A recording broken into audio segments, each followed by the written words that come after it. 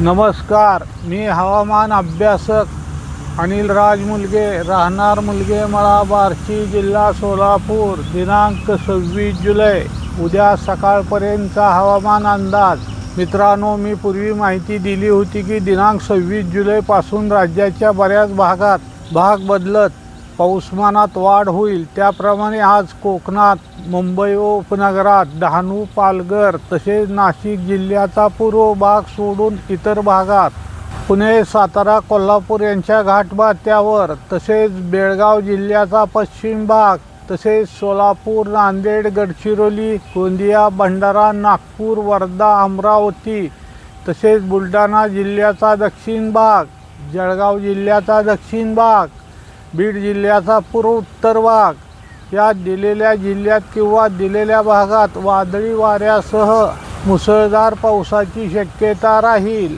तसेच पुणे, सातारा, कोल्हापूर, बेळगाव या जिल्ह्याच्या इतर भागात तसेच धाराशिव, लातूर, चंद्रपूर, यवतमाळ, हिंगोली, परभणी तसेच बीड जिल्ह्याच्या इतर भागात तसेच जालना तसेच संभाजीनगर, अहिल्यानगर, धुळे तसेच नंदुरबार जिल्ह्याचा पूर्व भाग सोडून इतर भागात या दिलेल्या जिल्ह्यात किंवा दिलेल्या भागात काही ठिकाणी वादळी वाऱ्यासह मध्यम ते मुसळधार पावसाची शक्यता राहील.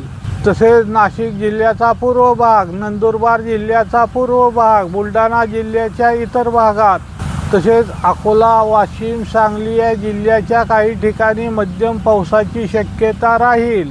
तसेच बार्शी तालुक्यात काही ठिकाणी हलका ते मध्यम तर काही ठिकाणी मध्यम ते मुसळधार पावसाची शक्यता राहील. तसेच वातावरणात अचानक बदल झाला नाही तर पुढील 2 दिवस तालुक्यात बऱ्याच भागात मुसळधार पावसाची शक्यता राहील असे वाटते आहे. तसेच आज एक कमी दाबाचे क्षेत्र बंगालच्या उपसागरात पश्चिम बंगालजवळ तयार होत असून व दुसरे कमी दाबाचे क्षेत्र राजस्थान राज्यात असून या दोन्ही प्रणालीमुळे आपल्या राज्यात वातावरणात सतत बदल होणार असून त्यामुळे दिलेल्या अंदाजात थोडाफार बदल होऊ शकतो.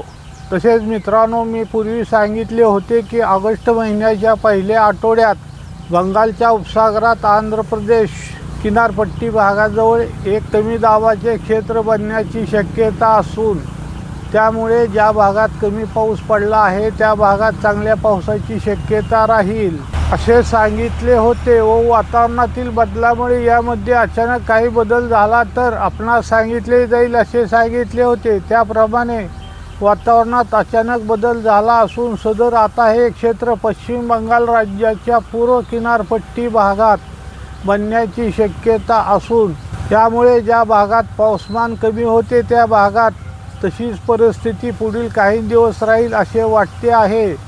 वातावरणात अजून पुढे काही बदल झाला तर तसे आपणाला सांगितले जाईल.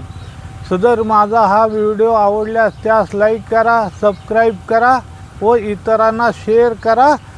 धन्यवाद.